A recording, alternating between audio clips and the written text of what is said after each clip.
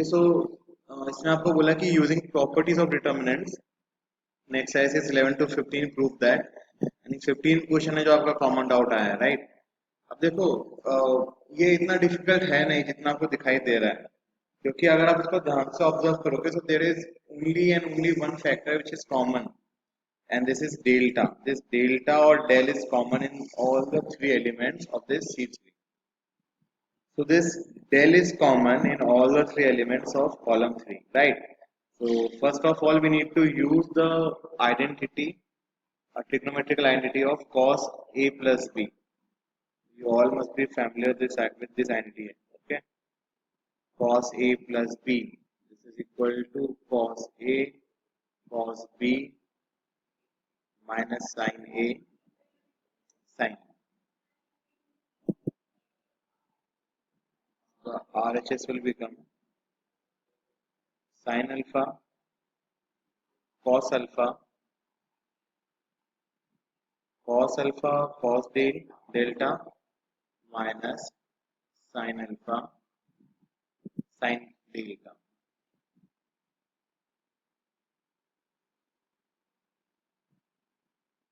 Sin beta cos delta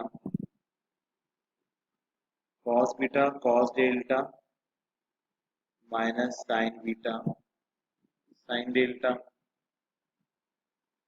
and R3 में हमारे पास में आ जाएगा sin gamma cos delta minus sin gamma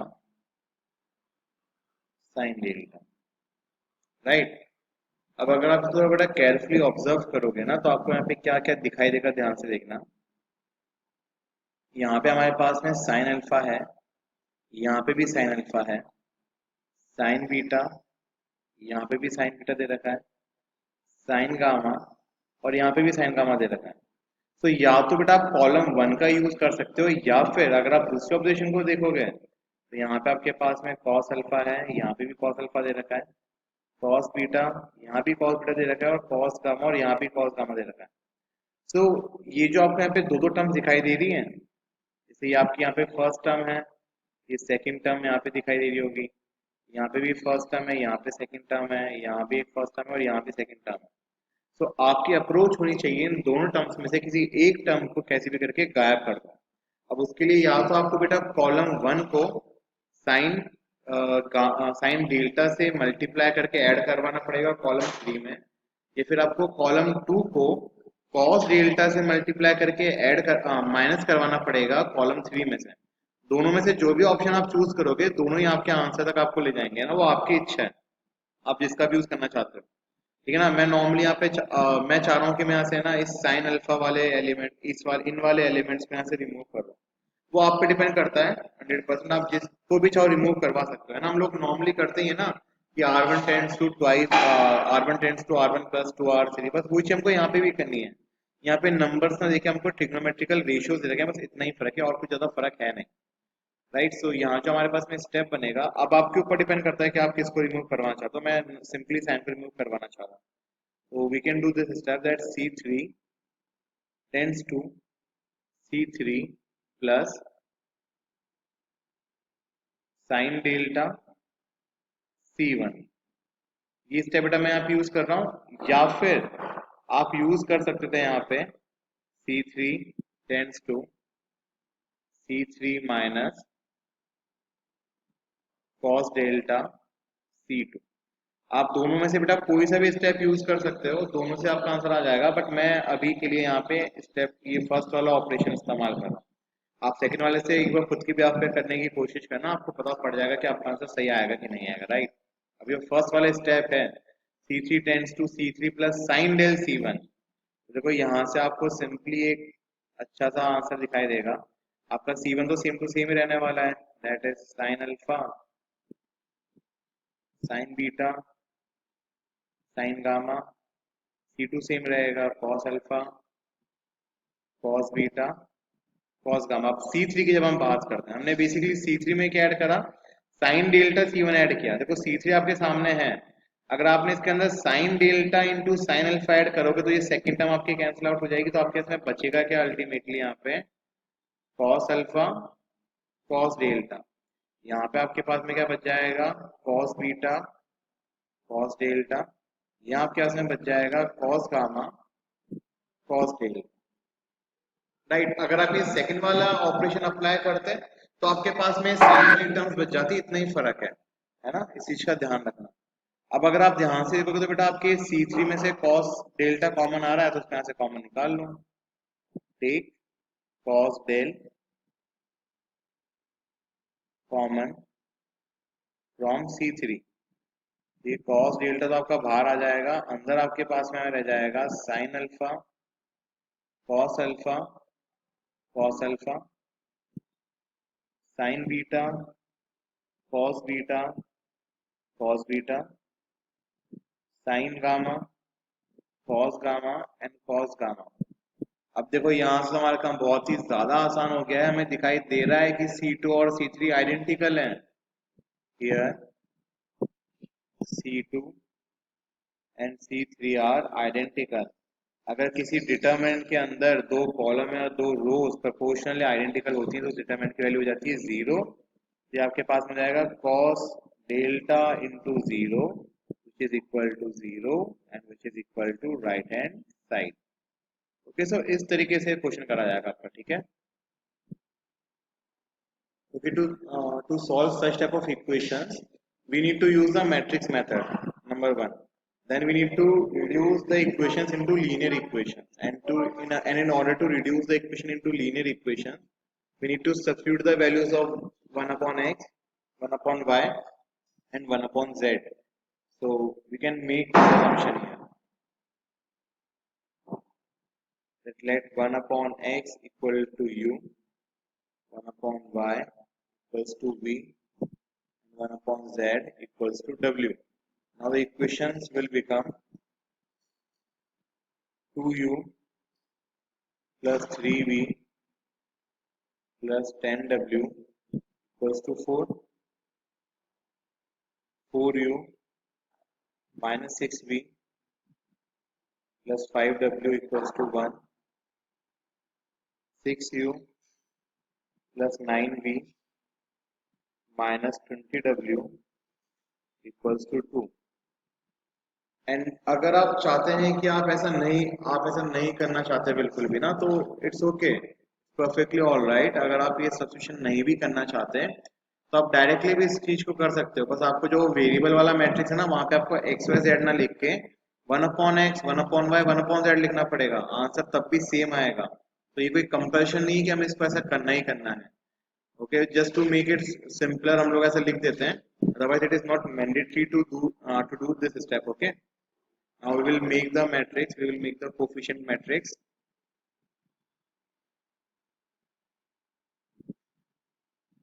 ये मैट्रिक्स आपके पास बन जाएगा 2 3 10 4 -6 5 6 9 एंड -20। जो बी मैट्रिक्स आपके पास में बनता है कांस्टेंट वाला, बन जाएगा आपके पास में 4 1 2। एंड जो ऑब्वियसली वेरिएबल वाला मैट्रिक्स है उसको आप बेटा, अब उसको आप 1/x मत लिखना, उसको आप u v w लिख देना, ठीक है। एंड अगर हम लोग ये सब्स्टिट्यूशन नहीं करते तो हम लोग इसको यहाँ पे u के 1/x, v के 1/y और w के 1/z लिखते हैं, बस इतना ही फर्क होता है, राइट। हमारा काम है पहले तो ये चेक करना कि इसका इनवर्स निकलेगा भी कि नहीं निकलेगा, पता फालतू मेहनत करेंगे। तो सबसे पहले इसका डिटरमिनेंट फाइंड कर लेना बेटा, अगर ये नॉन सिंगुलर होगा तभी हमारे काम का रहेगा। डिटरमिनेंट ए रो वन के लोग एक्सपेंड कर देना, यहाँ पे आएगा 2 120 -45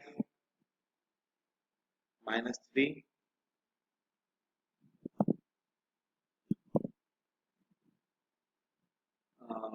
-80 -30 +10 36 +36। ये कुछ बड़ी सी वैल्यू दिखाई दे रही है यहाँ पे। 2 इंटू 75 -3 एंड अंदर आएगा माइनस का 110। 36 एंड 36 से 720 इंटू 10 हो जाएगा आपके पास में 720। यहाँ पे तो 150 आ जाएगा, यहाँ पे आपके पास में आएगा 330 you will get 720.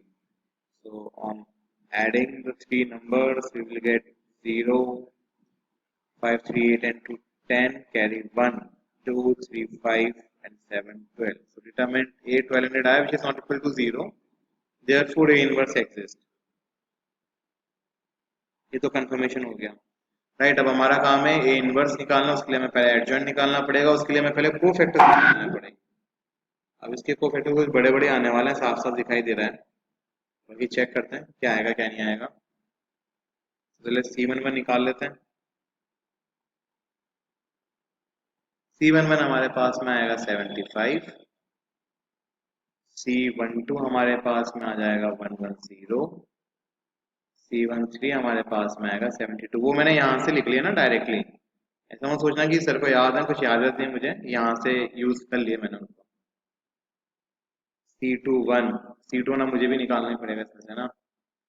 साइन चेंजों का ध्यान रखना, -60 एंड -90, -150 जो बन जाएगा हमारे पास में प्लस का 150। यहाँ पे आएगा हमारे पास में C22, बहुत भयंकर मल्टीप्लीकेशन होने वाला है भाई इसमें बाद में। C22 हमारे पास में आएगा -40 and -60, that is -100, sine change नहीं होगा। देन C23 ये हमारे पास में यहाँ पे आएगा 9 इंटू 2 इज 18, 18 माइनस 18 0, और साइन चेंज होता नहीं, जीरो का फर्क नहीं पड़ेगा ना, ये अच्छी बात है, कुछ अच्छा नंबर आया। C31 की बात करोगे तो आएगा 15 plus 60, that is 75, sine change नहीं होगा ना। C32 में साइन चेंज हो जाएगा, ये हमारे पास में आएगा 10 minus 40, that is -30, and sine change ऊपर हो जाएगा प्लस का 30। C33 ये हमारे पास में आएगा -12, दैट इज -24, राइट। सो जो यहाँ से हमारे पास में कोफैक्टर मैट्रिक्स बनेगा, या फिर हम चाहे तो डायरेक्टली जैसे एडजॉइंट भी लिख सकते हैं, मैं सीधे इनको ट्रांसपोज करके लिख देता हूँ यहाँ पे, है ना। तो 75 110 72, 75 110 72, 150 100 और 0, 150 -100 एंड 0, 75 30 -24, 75 30 और -24, राइट। अब अगर हमें यहाँ से ए इनवर्स फाइंड करना है,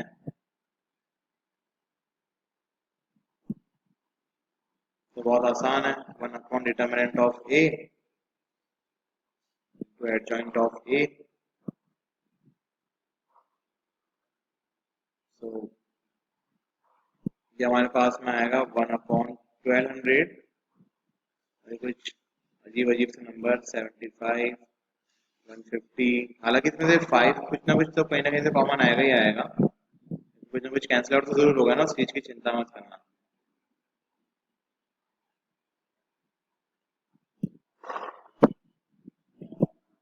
अब हम निकालेंगे हमारे वेरिएबल्स। हमें अच्छे से पता है जो x है हमारे पास में, ये a इनवर्स v के बराबर आएगा। x आएगा हमारे पास में 1 अपॉन 1200, a इनवर्स है हमारे पास में 75 150 75।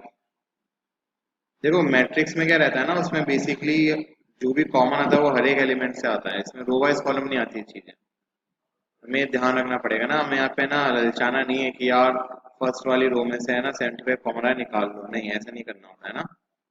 मैट्रिक्स में थोड़ा सा अपने आप पे कंट्रोल रखना। बी दे रखा है 4 1 2,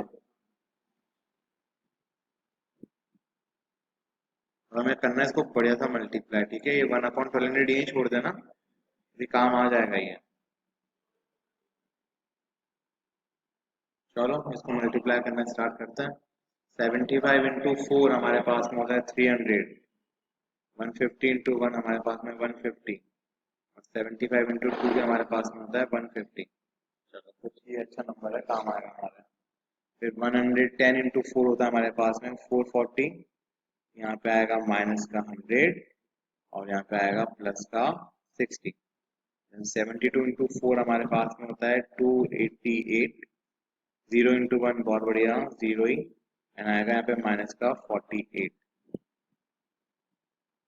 लग रहा है बेटा कुछ कटने वाले नंबर आएंगे हमारे पास में। देखो ये तो 300 150 150 हो गया 600। यहाँ पे हमारे पास में कुछ कितना आ रहा है ये ये हो जाएगा हमारे पास में 500 माइनस 100 दैट इज 400। यहाँ पे हमारे पास में कुछ आ रहा है 48, सो आई थिंक 240, राइट। बढ़िया बेटा, 1/1200 के अंदर मल्टीप्लाई कर देना, 1/2, 1/3, एंड 240 से भी शायद ये कटेगा तो सही है ना। हाँ, 24 से 5 टाइम्स कटेगा तो 1/5। देयरफॉर अगर हम कंपेयर करेंगे तो हमारे पास में u आ जाएगा 1/2, u था 1/x इक्वल टू 1/2। यहाँ से हमारे पास में x आ गया 2। अब मैं डायरेक्टली लिख रहा हूँ उसके आगे का आंसर। y हमारे पास में आ जाएगा 3 और z हमारे पास में आ जाएगा 5, है ना। कंपेयर कर लेना इसको, ठीक है। ओके सो इसको अब ध्यान से ऑब्जर्व करना। देखो हमें मैट्रिक्स दे रखा है, ए मैट्रिक्स, राइट, एंड हमें ये कुछ थीटा की रेंज दे रखी है कि थीटा 0 है, 0 से बड़ा, 2 पाई से छोटा, मतलब पूरा का पूरा आपको एक 360 डिग्री का चक्कर दे रखा है थीटा में। और जो आंसर दे रखे हैं वो डिटरमिनेंट ऑफ ए में दे रखे हैं, तो we need to find determinant है। पूछा गया कि डिटरमिनेंट ए की वैल्यूज या उनकी रेंज आपसे पूछी गई है कुल मिला के। तो पहले तो बेटा जरा अपन क्या करते हैं, डिटरमिनेंट ऑफ ए निकाल लेते हैं। बढ़िया सा चेक करते हैं क्या आएगा हमारे पास में। 1 sine theta 1 minus sine theta 1 sine theta -1 minus sine theta and 1। अब तुम्हारी इच्छा है कि तुम इसमें कुछ ऐड वगैरह करना चाहो या कुछ सिंप्लीफाई करना चाहो, तो पहले मैं एक काम करता हूँ, C1 tends to C1 plus, या फिर हम तुम R1 का भी इस्तेमाल कर सकते हो ना, अपन R1 लेते हैं। R1 tends to R1 plus R3 करते हैं, इससे शायद थोड़ा सिंप्लीफाई हो जाएगा। ये 1 - 1 तो हो जाएगा 0, यहाँ पे भी 0, यहाँ पे 2 आ जाएगा, बाकी सब कुछ सेम रहेगा, है ना।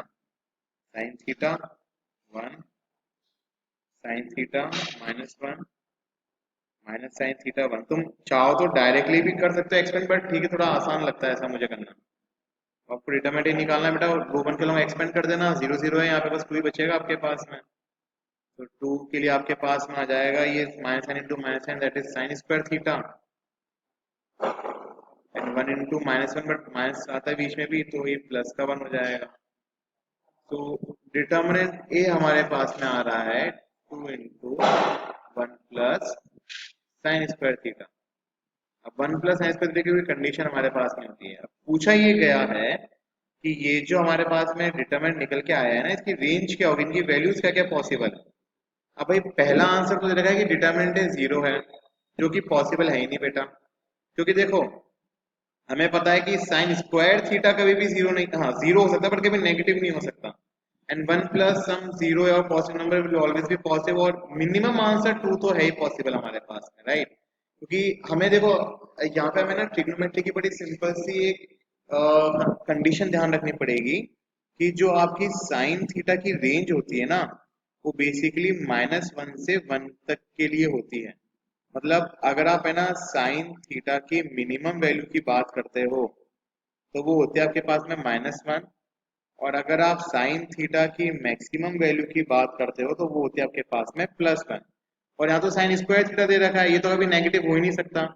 तो अगर मैं साइन स्क्वायर थीटा की मिनिमम वैल्यू की बात करूंगा तो वो हो सकती है कम से कम 0, और अगर मैं साइन स्क्वायर थीटा की मैक्सिमम वैल्यू की बात करूंगा तो वो 1 ही हो सकती है बेटा, क्योंकि 1 का स्क्वायर 1 ही पॉसिबल है, और मिनिमम 0 हो सकता है। तो एक बार अपन यहाँ पे मिनिमम वैल्यू डाल के देखते हैं, 0 at sine square theta equal to 0। आपके पास में डिटरमिनेंट ए कितना आ जाएगा, 1 + 0 = 0, 2 × 1 = 2। एंड अगर आपने साइन स्क्वायर थीटा को 1 डाला तो 1 + 1 = 2 × 2 4, डिटरमिनेंट ए कितना आ जाएगा 4। इसके बीच की वैल्यूज पॉसिबल है ना, 0 और 1 के बीच की वैल्यूज तो आ सकती है, 0.1 0.2 कुछ भी आ सकती है, हमें नहीं पता, बट आएंगी पॉजिटिव वैल्यूज। तो जो डिटरमिनेंट ए की आपके पास में यहाँ पे रेंज आएगी, और 2 और 4 इंक्लूडेड है, तो ये कितना आएगा हमारे पास में 2 से लेके 4 तक आ जाएगा। ये इसका एक तरीका, ये एक तरीका है करने का। इसका एक और तरीका है, वो भी ध्यान से ऑब्जर्व करना, वो भी सिखा देता हूँ मैं आपको। नाउ हमारे पास में डिटर्मिनेंट निकल के आया है 2 times of 1 plus sine square theta, right. अब देखो यहाँ पे हमें सिंपल सा एक काम करना पड़ेगा। हमें अच्छे से पता है कि साइन थीटा जो होता है ये ग्रेटर इक्वल टू वन और less than equal to one होता है। अगर मैं दो तरफ स्क्वायरिंग कर दूंगा और मैं मिनिमम वैल्यूज को ध्यान में रखते हुए चलूंगा, तो sine square theta minimum to minimum 0 हो सकता है और मैक्सिमम टू मैक्सिमम 1 हो सकता है। मेरे को ये चीज बनानी है ना, मेरे को ये डिटर्मिनेंट ए बनाना है। बेटा दोनों तरफ वन वन ऐड कर देना बढ़िया आराम से। वन ऐड करोगे तो यहाँ पे तो वन आ जाएगा, यहाँ पे आ जाएगा 1 प्लस साइन स्क्वायर थीटा, यहाँ पे हो जाएगा लेस देन इक्वल टू 2। अब मेरे को ये 2 भी चाहिए ना, ये वाला 2, तो दोनों तरफ 2 से मल्टीप्लाई भी कर दो, यहाँ पे 2 आ जाएगा। यहाँ पे आपके पास में जाएगा twice of 1 plus sine square theta less than equal to 4। और ये जो बीच वाली चीज है डिटर्मिनेंट ए के बराबर है ना, तो 2 यहाँ पे डिटर्मिनेंट ए आ जाएगा, यहाँ पे 4, और आप कह सकते हो determinant A belongs to 2 to 4। ये इसको करने का दूसरा तरीका। तीसरा तरीका भी देख लो, क्या पता वो वाला काम आ जाए तुम्हारे। भाई हमें यहाँ पे कुछ थीटा के बारे में कंडीशन दे रखी है that it is greater than equal to 0 less than equal to 2 pi. पर इसका भी इस्तेमाल करते हैं, इसको क्यों अकेला छोड़े बेचारे को। मतलब तीनों में से जो तुम्हें अच्छा लगे ना वो तरीका देख लेना भाई। हमें पता है कि थीटा जो है हमारे पास में 0 या 0 से बड़ा है और 2 पाई से क्या है यहाँ पे छोटा है। अब इसमें हमें बनाना पड़ेगा कुछ बढ़िया बढ़िया चीजें। क्या बनानी पड़ेगी वो भी ध्यान से देखना। अगर मैं मेरे को बेसिकली डिटरमिनेंट बनाना है ना, तो मैं क्या करता हूँ, दो तरफ साइन, तीनों तरफ मैं साइन ले लेता हूँ। तो यहाँ पे मेरे पास में हो जाएगा साइन 0, यहाँ मेरे पास में आ जाएगा साइन थीटा, यहाँ मेरे पास में आ जाएगा यहाँ पे साइन 2 पाई। अब भाई अगर आप साइन 2 पाई की बात करते हो ना, तो बेसिकली साइन 2 पाई तो हमारे पास में 0 ही होता है, साइन 0 भी 0 होता है, लेकिन हमको चाहिए तो साइन स्क्वायर थीटा। और अगर मैंने इसमें स्क्वायरिंग कर दी पहले ही, स्क्वायरिंग करते ही मेरी जो यहाँ पे वैल्यूज है वो चेंज रहेगी भाई। यहाँ तो 0 हो जाएगा बट यहाँ पे वापस क्या आ जाएगा 1। अब इसके आगे आप लोग खुद कर लेना, ये वाला स्टेप और ये वाला स्टेप सेम ही है। अगर हो सकता है कि आपको इस स्टेप में कंफ्यूजन हो तो इसको बाहर में आ देना और इससे अच्छा ये वाले स्टेप्स कर लेना, है ना। तो जो तुम्हें पसंद है वैसा कर सकते हो, कोई बड़ी बात नहीं है, ठीक है।